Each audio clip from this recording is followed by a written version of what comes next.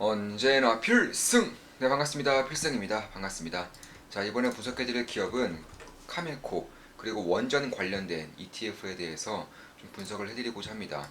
일단 카메코 같은 경우는 얼마 전에, 며칠 전이죠. 분석을 좀 해드린 적이 있었어요. 지금 보시면 21달러에서 21.35달러에서 이제 우라늄 수요 폭발, 유럽 원전 그린에너지 포함, 우라늄 채굴 세계 1위 독과점 기업 카메코 이렇게 말씀을 드렸었고, 이때 이후에 이제 주가는 약간 아주 약간 더 상승한 그런 상황입니다. 사실 분석을 해드린 지가 며칠 안 되었기 때문에 뭐 2거래일 정도 지난 것 같아요. 그런 과정에서 이제 아주 약간 상승한 상황에서 그럼 왜 제가 카메코를 한 번 더, 그리고 원전 관련된 기업들에 대해서 왜 한 번 더 분석을 해드리냐 하면, 이제는 좀 주목할 때가 점차 다가오고 있다라고 좀 강하게 느끼고 있기 때문에 조금 더 분석을 좀 해드리고자 합니다. 일단 굉장히 유의미한 그런 행보가 보이고 있어요.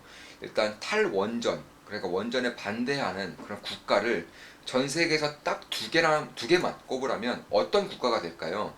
원전에 반대하는 가장 대표적인 국가 딱 두 개. 네, 어디가 될까요? 바로 독일, 그리고 일본이 되겠죠. 독일 같은 경우는 신재생 에너지의 성지라고 불릴 만큼 사실 원전에 대해서는 강력하게 반대를 했었던 그런 국가이고요. 일본 같은 경우는 그 전까지는 이제 원전에 대한 발전을 계속 하다가 후쿠시마가 터지면서 여론에서 매우 안 좋아지면서, 상황이 매우 안 좋아지면서 강력한 탈원전 국가로 발돋움한 그런 국가 중에 하나입니다. 그런데 이 두 국가에서 원전에 찬성하는 쪽이 가면 갈수록 늘고 있어요. 특히 이제 독일 같은 경우는 얼마 전에 여론조사를 했습니다. 여론조사 했는데 이런 우크라이나와 그리고 러시아의 그런 전쟁으로 말미암아 원전에 대한 찬성 비율이 무려 65%예요. 65%. 그 전까지 40%도 안 됐다는 점을 고려했을 때에는 엄청난 변화라고 할 수 있습니다. 반대가 고작 28%밖에 안 돼요.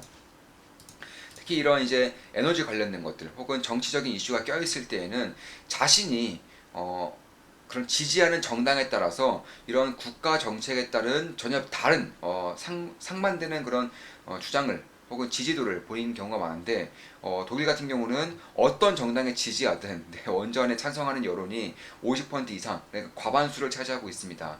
그만큼 독일에서 매우 유의미한 결과가 나오는 것이고, 사실 신재생 에너지 관련해서 혹은 친환경 관련해서는 유럽이, 이유가 특히 그 중에서도 독일이 전 세계를 리딩했었던 그런 국가 중 하나이기 때문에 지금 같은 변화는 매우 유의미한 변화다, 이렇게 보시면 될 것 같습니다. 결국 장기적으로 원전에 대한 혹은 우라늄에 대한 수요가 점차적으로 증가할 가능성이 상당히 높아지고 있고요.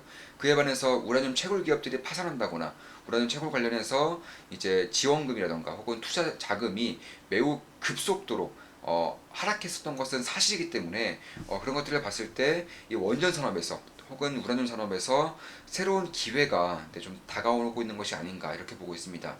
실제로 독일 같은 경우는 이제 같은 EU 내에서도 프랑스와의 에너지 정책 관련해서 굉장히 좀 각을 세웠었던 그런 국가죠. 프랑스는 독일과 정반대로 원전에 대한 전력 비중이 무려 75% 가까이 됩니다. 독일과는 완전히 반대이기 때문에 프랑스와의 그런 접점이 이루어지지 않은 가운데서도 지금 보시면 이제 유럽이 전체적으로 에너지난 혹은 인플레이션에 대해서 굉장히 취약한 모습을 보이고 있어요. 리스크가 상당히 커지고 있는데 그런 과정에서 EU에서도 프랑스만큼은 굉장히 좀 안정적인 모습을 보이고 있습니다. 특히 전력 수요면에서 더욱더 그런 것인데 그중 가장 큰 이유 중 하나가 바로 원전의 비중이 굉장히 높다는 거예요. 그래서 그런 것들을 봤을 때에도 결국 이 독일 국민들 혹은 다른 EU의 국가들 혹은 국민들도 옆나라 프랑스를 보면서 사실 느끼는 것들 혹은 배우는 것들이 저는 분명히 있을 것이라고 보고 있습니다. 그 외에 일본 같은 경우도 러시아가 이제 일본에 대한 그런 목리를 드러내면서 천연가스 수출을 금지할 수 있다, 이런 발언을 직접적으로 하고 있습니다. 그런 가운데서 이제 일본이 이제 가동을 중지시켰었던 그런 원전들을 올해 겨울부터 재가동시킵니다. 재가동시킨다고 이미 발표가 되었어요. 그런 것들을 봤을 때 결국 원전에 대한 수요, 우라늄에 대한 수요가 기하급수적으로 증가할 수도 있겠다, 개인적으로는 그렇게 보고 있습니다. 자, 우리 조음악 끝나게 엠버분과 나눈 대화입니다. 지금 보시면 7월 11일에 나눈 대화이고, 안녕하세요 필승님, 항상 좋은 인사이트 공유 감사드립니다. 처음으로 질문 드리네요. 네, 이런 식으로 질문 주시면 보시면 7월 이제 7시 18분에 질문 주셨고 저 역시는 7시 18분에 답변 드렸습니다. 1분도 안 돼서 답변 드렸어요.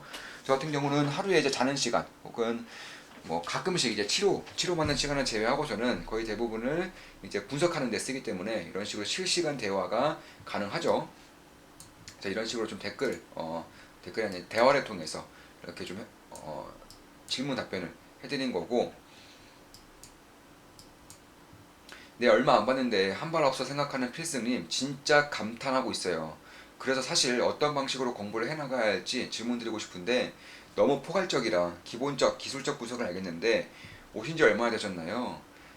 핵심은 시대 흐름을 읽는 눈인 것 같거든요. 구독한 지는 꽤가 되었는데 멤버 가입은 이번 달에 처음입니다. 독학하다가 한계를 느꼈어요. 네, 그렇죠.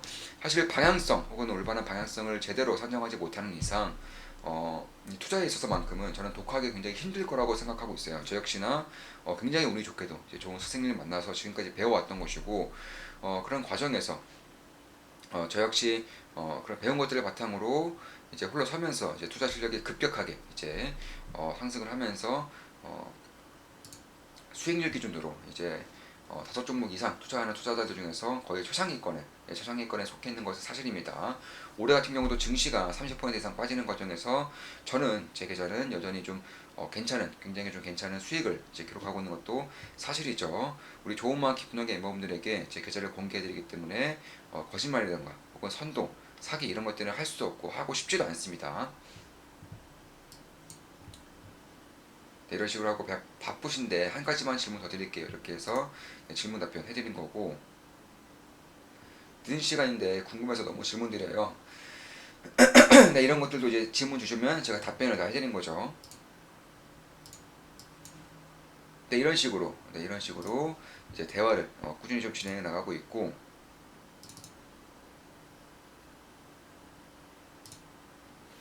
사실 늦은 시간인데 너무 궁금해서 질문 드립니다. 예, 11시 4분에, 밤 11시 4분에 질문 주셨죠. 11시 5분에 제가 답변 드린 거고요. 인플레 피크아웃이 뜨면 왜 소비 증가와 인프라 투자가 늘어나게 되는 건가요? 네, 이렇게 질문 주셨고, 제가 이거에 대해서 공개적으로 좀 답변을 드렸어요.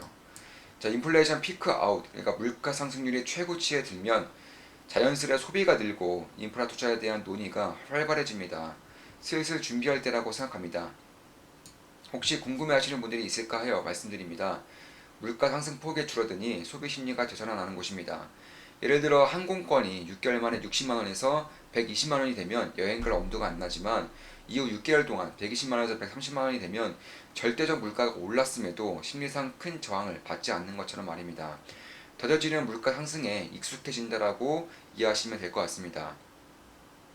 코로나 확진자 수가 처음으로 빠르게 증가했을 때 온 세계가 난리였지만 이후 증가폭이 줄어들자 절대적 확진자 수와 상관없이 무덤덤해졌던 것처럼 말입니다. 물가 상승률이 더뎌지면 비용 선정이 훨씬 유리해지고 민간 건설 등 인프라 투자를 계획 있게 진행할 수 있게 됩니다. 수주산업이기에 예측 가능성이 매우 중요하다고 할 수 있습니다. 100억을 받고 아파트를 짓는 것으로 계약을 했는데 향후 원자재 그리고 인건비가 폭발적으로 올라 손실을 보면 건설사 입장에선 이런 낭패가 없겠죠. 그렇기에 변동성이 클 때는 수주기업들의 움직임이 소극적인 경우가 많으며 변동성이 잦아들면 그제서야 활발한 수주 행보를 보이는 경우가 많습니다. 누누이 말씀드렸다시피 40년 만에 인플레이션 시대입니다. 혼란에 빠지지 않으면 그게 더 이상하죠. 지금의 변동성을 자연스러운 현상으로 봅니다. 초기의 큰 변동성이 잦아드는 것만으로도